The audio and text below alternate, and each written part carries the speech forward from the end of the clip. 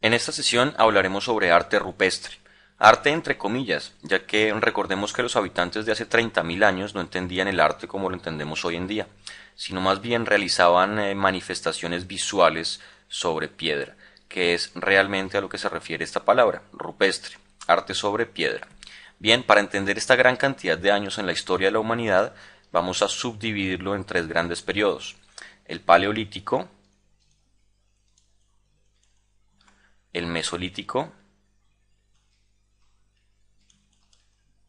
y el Neolítico.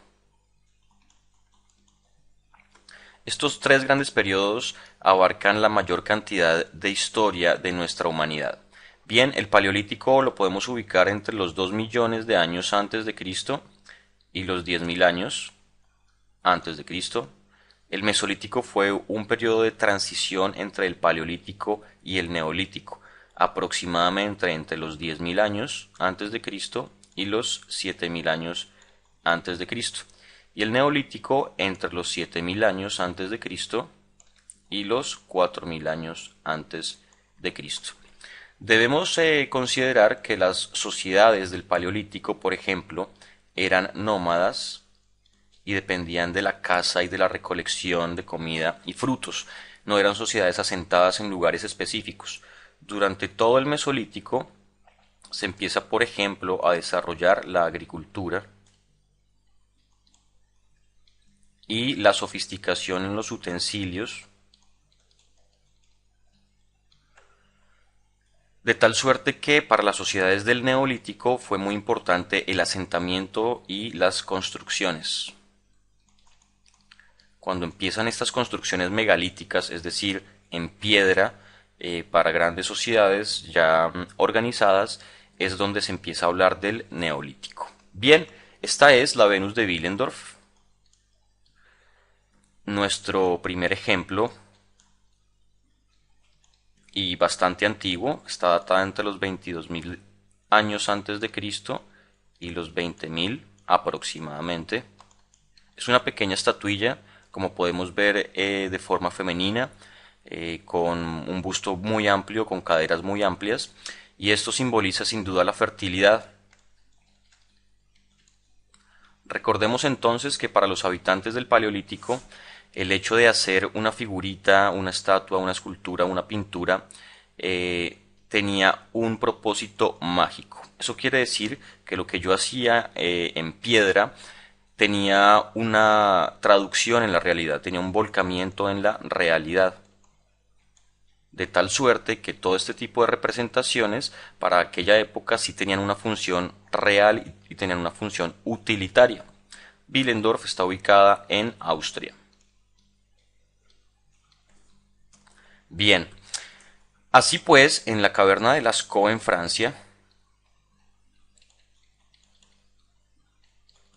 encontramos representaciones de bisontes, de toros, de ciervos, de venados, en fin. Aquí vemos un gran pabellón con todo este tipo de representaciones, pinturas realizadas con carbón, con pigmentos, bueno, minerales, vegetales y animales de todo tipo. Como podemos ver, esta es una pasarela moderna. La cueva fue descubierta hacia 1940, pero fue cerrada y una réplica muy cerca de Lascaux fue abierta para el público, ya que la visita de miles de personas diariamente estaban dañando los pigmentos de cada una de estas pinturas. Lascaux está datada entre los 15.000 y los 12.000 años aproximadamente. Esto, por supuesto, antes de Cristo. Observamos pues un detalle de la caverna de Lascaux. Esto para los estudiosos parece ser un chamán, ya que como observamos está soltando su báculo, un báculo que tiene en la punta una especie de ave. Y como podemos observar en unas simples líneas, el artista, el chamán de la comunidad, lo que quiso retratar fue un bisonte embistiendo, ¿verdad?, al chamán. Como podemos ver, aquí hay una serie de representaciones de lanzas y todo tipo de utensilios que dan a las claras la utilización de estas representaciones visuales con el objetivo de cazar al bisonte. Estamos aquí de nuevo en Lascaux. Este es uno de los bisontes bellamente representado y podemos observar en algunas ocasiones que comunidades que llegaban luego de ciertas glaciaciones a la misma caverna sobreimprimían o sobreescribían o sobredibujaban animales y escenas de caza sobre las mismas pinturas que ya estaban realizadas con anterioridad. Esta es la caverna de Altamira, está ubicada en España y hay algo muy importante que resaltar en esta caverna y es la utilización de las mismas formas rocosas en la interpretación del volumen de los animales. Si podemos ver acá, están usando estas protuberancias en el techo, este es el techo de la caverna, para representar el cuerpo real de los toros, de los bisontes y de los caballos. De tal suerte que implica un adelanto bien importante en el pensamiento de los habitantes del Paleolítico. Entramos pues en el Neolítico. Estamos ante un dolmen, ubicado en Cerdeña, en Italia. Un dolmen no es otra cosa que una construcción megalítica conformada por grandes piedras que llamamos menires. Estos menires, en conjunto y con un pequeño techo, conforman dólmenes. Los dólmenes fueron construcciones rituales y sepulcrales extendidas por toda Europa y en otras partes también del mundo. Esta es una de las construcciones más famosas de Europa de la Edad de Piedra. Estamos ante Stonehenge. Stonehenge está ubicada en la Gran Bretaña y, como podemos ver, está compuesta de menires, de dólmenes, y estos dólmenes dispuestos de manera circular conforman lo que llamamos un cromlech. Este es el cromlech más famoso de Europa y hay una representación virtual de cómo pudo ser hacia la época Stonehenge, un centro ritual en el que los habitantes veneraban la llegada del solsticio de invierno y de verano. Estamos hablando de 2500 años antes de Cristo aproximadamente. Bien, de vuelta a América, estamos ante un petroglifo,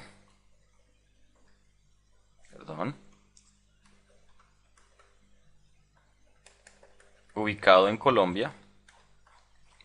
Como podemos ver, un petroglifo no es otra cosa que un grabado sobre piedra, es decir, una hendidura, unos surcos que se hacen sobre la piedra representando algunas imágenes geométricas, antropomorfas y zoomorfas. Encontramos también en Chile, en Ecuador, con temas totémicos o de deidades, de escenas de caza y cotidianas también. Encontramos una de las cuevas más famosas de la Argentina, está ubicada en la provincia de Santa Cruz. Es la Caverna de las Manos, datada hacia los 7000 años antes de Cristo aproximadamente.